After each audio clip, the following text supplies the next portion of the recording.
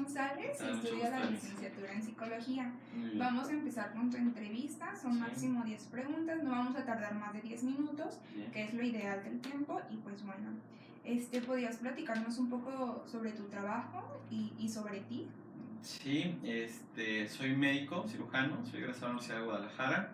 Como les comentaba, me dedico a, digamos que explotar la capacidad residual máxima de un paciente que tiene una discapacidad. Me dedico a pacientes con discapacidad, de todas las edades. Y soy profesor también, actualmente en la licenciatura en la Universidad de Guadalajara. Sí, muy bien, muchas gracias. Pasamos a la siguiente pregunta. ¿Qué te motivó? ¿Cuáles fueron los motivos que te orillaron a esto, a trabajar en ese sentido? Sí, la área de medicina tiene muchas especialidades y una de las especialidades que más me llamaba la atención era rehabilitación, dado que era una especialidad en la cual se mandaban a los pacientes que tenían como más limitaciones, a los pacientes que les daba infarto cerebral, a los pacientes que tenían parálisis facial, a los pacientes que eran después de una cirugía, ya fuera una cirugía de cerebro, una cirugía de articulación, inclusive a los pacientes como parálisis cerebral, y que los derivaran a esto y que dijera yo, ¿por qué los derivan a todo este grupo de conjunto? ¿Qué les ofrece esta especialidad? Me llevó a esto, ¿no? A decir, bueno, vamos viendo qué hacen en rehabilitación, ¿no? ¿Qué les ofrecen a estos pacientes? Y fue como mi interés, eso y la integración de estas personas. Después los veía un tiempo después y el paciente que tenía infarto cerebral ya caminaba, ya podía hablar. Entonces, este cambio de un paciente en una forma que lo ves a una forma otra vez incluido, era para mí algo muy bueno. Sí, la satisfacción sobre todo, Sí. ¿verdad? Bueno, entonces, ¿de qué manera te desenvuelves en el trabajo? ¿Qué son tus actividades? ¿Cómo interactúas dentro de este ámbito? Bueno, mis actividades, soy profesor en la universidad, doy la clase de rehabilitación, también soy obviamente médico especialista, doy la consulta.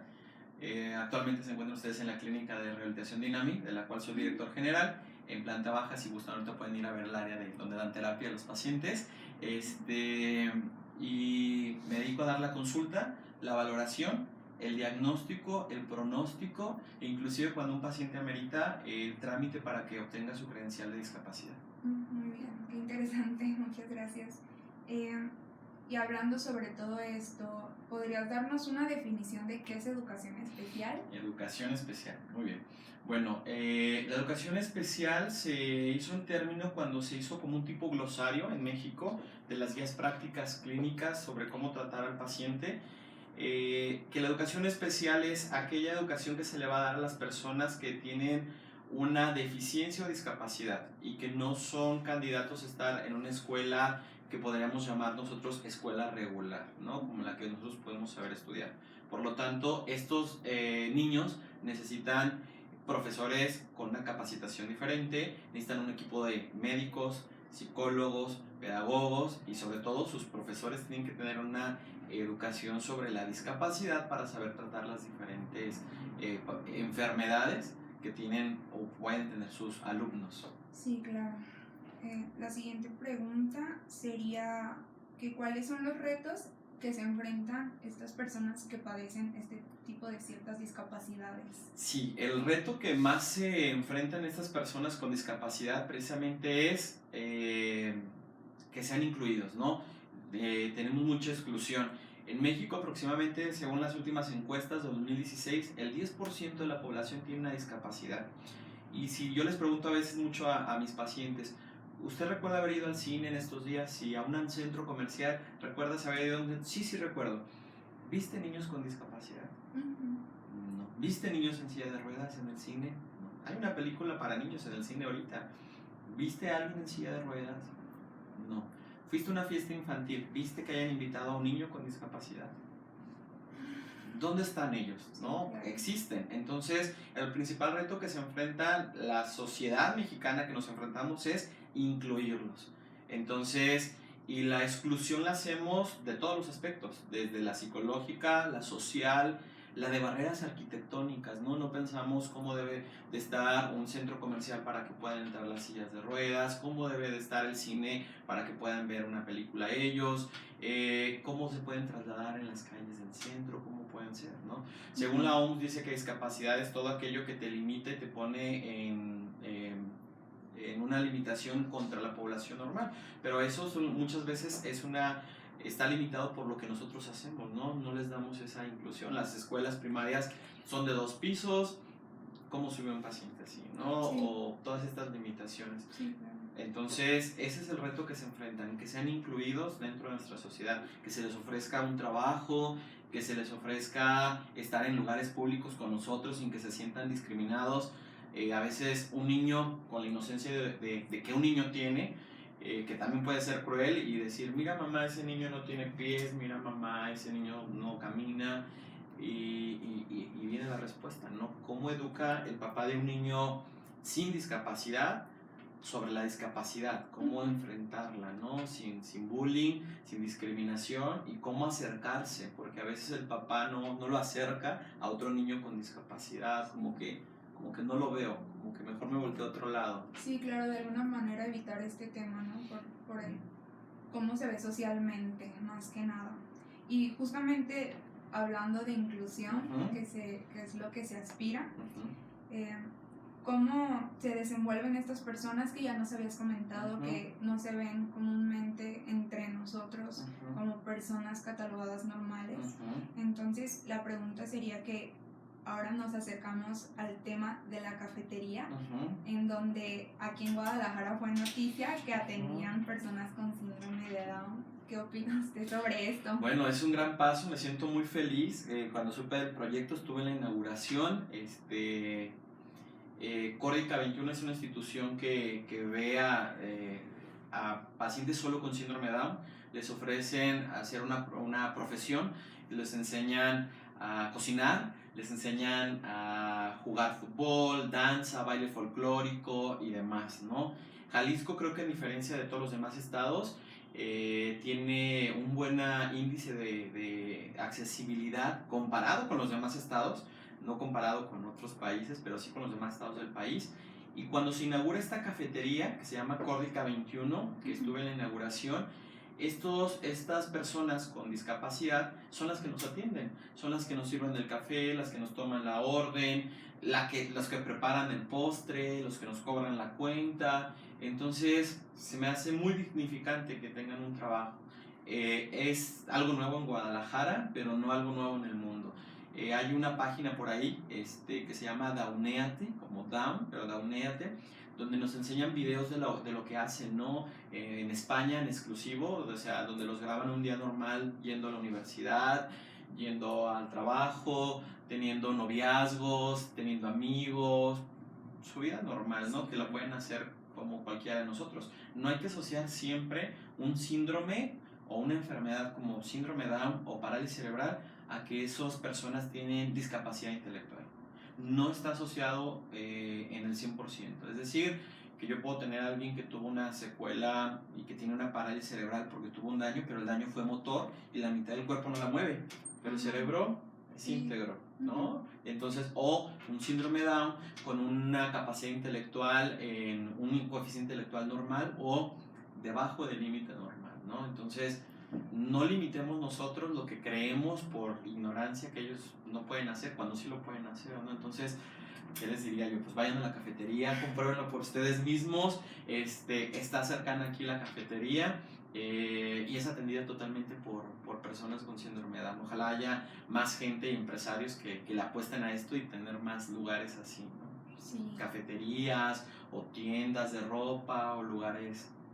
Sí, totalmente, la verdad. Muchas gracias. No sabía yo esa parte de la página que nos muestran su realidad, ¿Sí? Que no es muy diferente a la de nosotros. Así es. Y muy útil. Muchas gracias. De nada.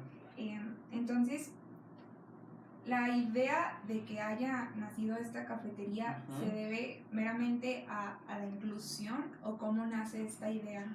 Nace por la inclusión de personas con alguna discapacidad. En Códica 21 es solamente con personas con síndrome Down, es decir, hay otras enfermedades que causan discapacidad, pero en esta cafetería nace la inclusión porque como ya existía la institución y en la institución los tenían aprendiendo diferentes cosas, pues quisieron los mismos padres y familiares de estas personas pues llevarlos a la vida real, ¿no? Decir, sí, lo hacen en la escuela, pero ¿por qué no lo hacemos fuera? Entonces se unen esfuerzos y crean esta cafetería precisamente para que sean incluidos. Me gusta mucho porque rompes con ese tabú que a veces desde niños a lo mejor no se nos enseñó a convivir porque no sabes cómo convivir.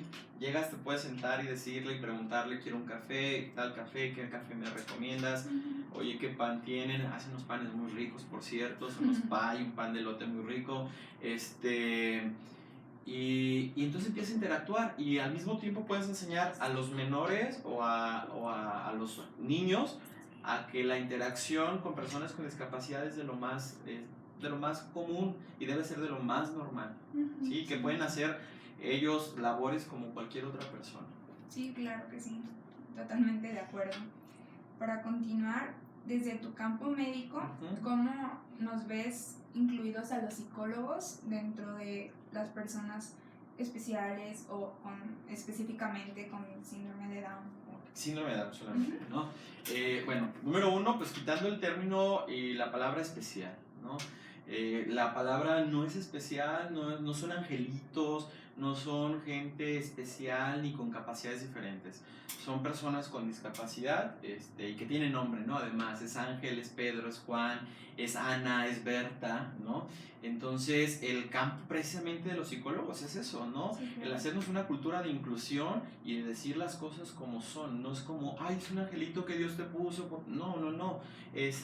O, ay, tienen capacidades especiales. Esas las tenemos todos, las capacidades especiales, ¿no? Es decir, una persona con discapacidad, oye, hay que tomar en cuenta dos cosas. Ahorita me están hablando del síndrome de Down, pero yo puedo ser una persona con todas mis capacidades físicas y motoras y perderlas en un accidente. Y ahora voy a brincar del otro lado.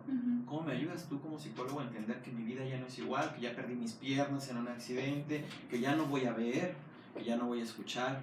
Cuando antes veía, antes escuchaba y antes caminaba, ¿no? Es precisamente la transición de esta nueva calidad de vida, pero también cómo puedo explotarla al máximo. En psicología es muy importante que ustedes hagan precisamente entender esto a los padres primero, cuando es un niño que nace con alguna, por ejemplo, puede ser malformación congénita, un síndrome o una parálisis cerebral infantil que le llamaban anteriormente, que actualmente solamente es parálisis cerebral. Decir, bueno, ¿cómo lo voy a sobrellevar? ¿No? Entra muy importante ahí. Y dentro de la educación especial, ustedes tienen que ver la interacción de ellos con el mundo real y con otros niños con ellos como con discapacidad. Es muy importante el papel del psicólogo en la discapacidad, tanto desde el paciente que no la tenía y la tuvo, hasta el paciente que nació con ella y los papás, el apoyo a los papás y a la familia, o también dentro de la educación especial, a los maestros, a los alumnos y cómo desarrollarse en un ámbito fuera de la escuela, ¿no? Fuera de la escuela de educación especial. Sí, claro. Sí, muchas gracias. ¿Qué mensaje podrías transmitir en general sobre esta población? Sobre esta población. Híjole, el mensaje sería, pues hay que ser pro a la inclusión.